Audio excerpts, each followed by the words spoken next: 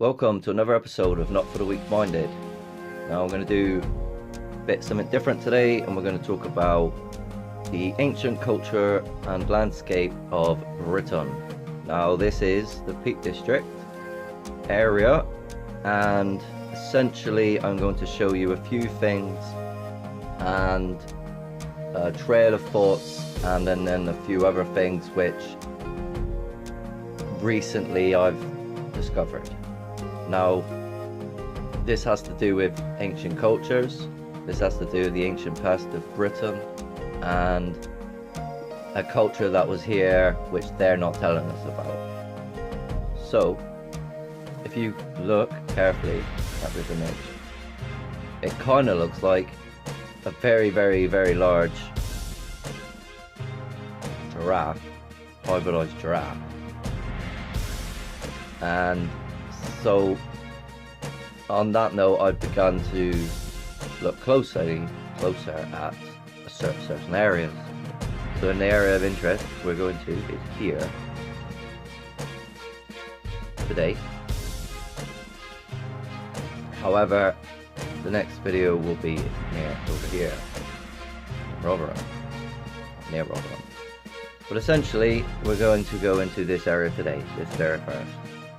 I have approached this on one of my videos, but it was in a face life theory, and unfortunately this is how I've been deceived into that theory, and how when we take a closer look, it shows us something slightly different, but it can explain why from a distance we can see that this thing here right in the middle looks like a monkey's face. So let's get on with it. Zoom out this way. So there we go, first image. I did this using remote sensing and geospatial software. Now this is the area I was just talking to you about, this area. If you look closely, it does kind of look like a, skull, skeleton of some kind. It's like the head goes around like that.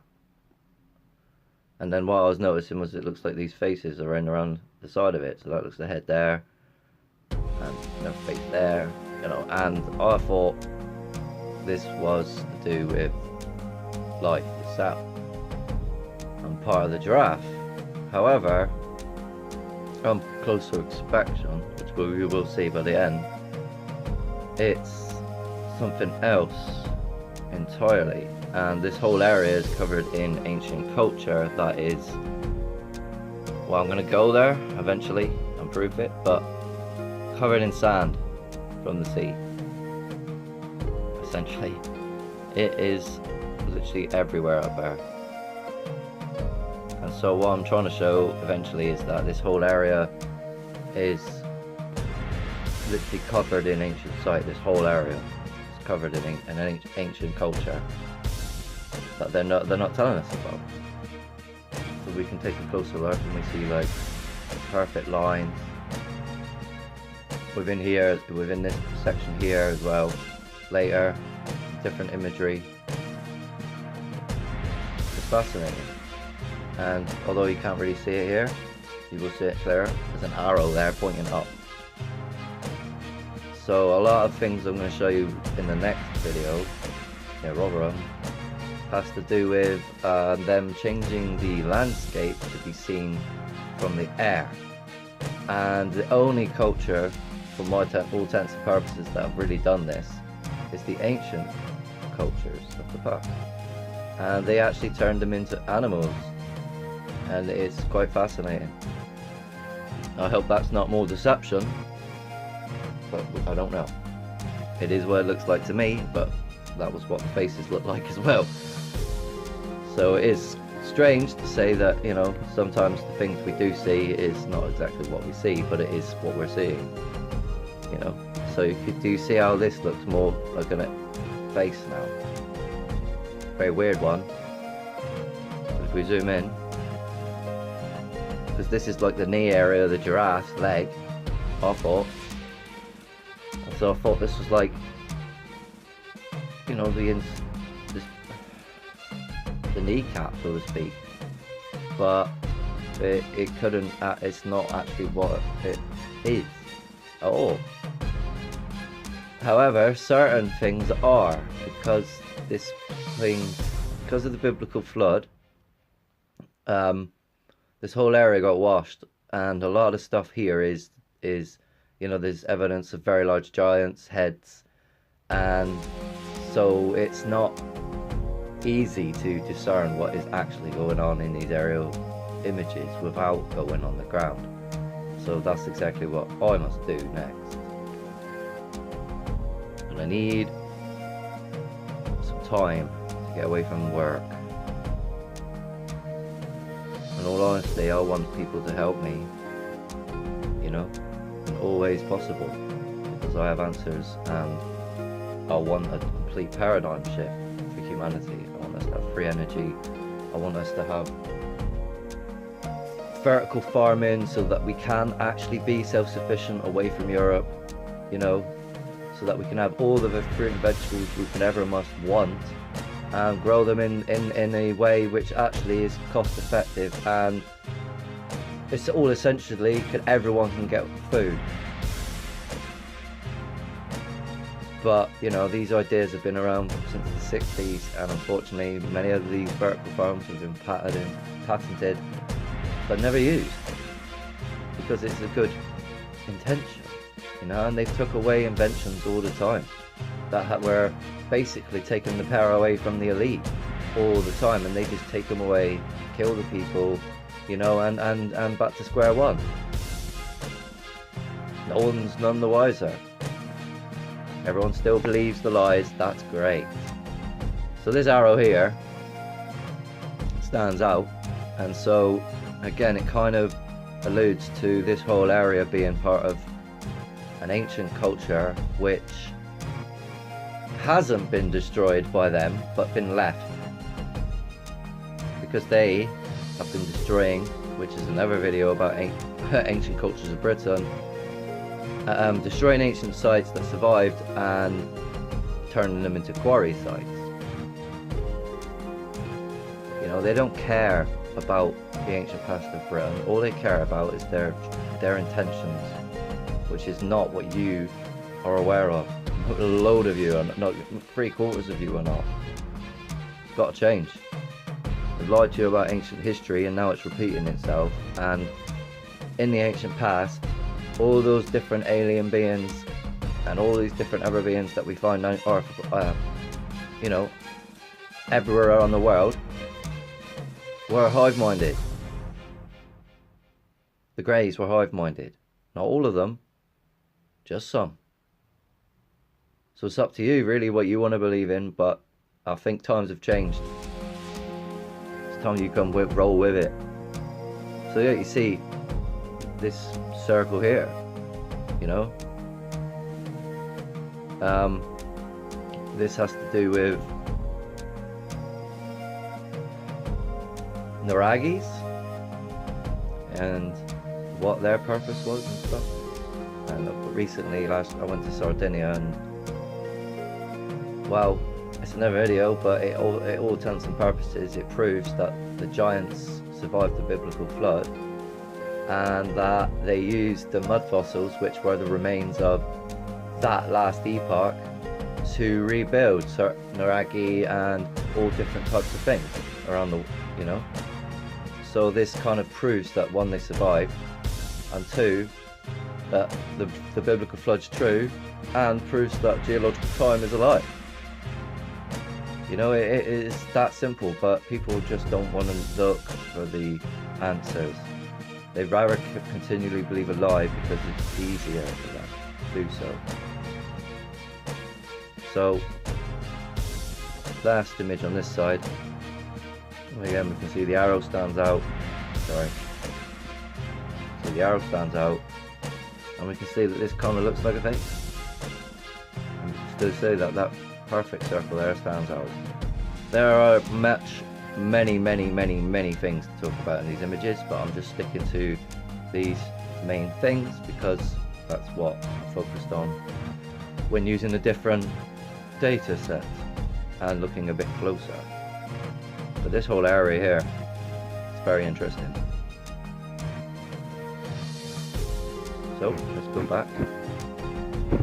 It's not 53.22 miles as well, because Google Earth is live. So here we go. This is the kneecap area, and let's just take a closer look. What do we see?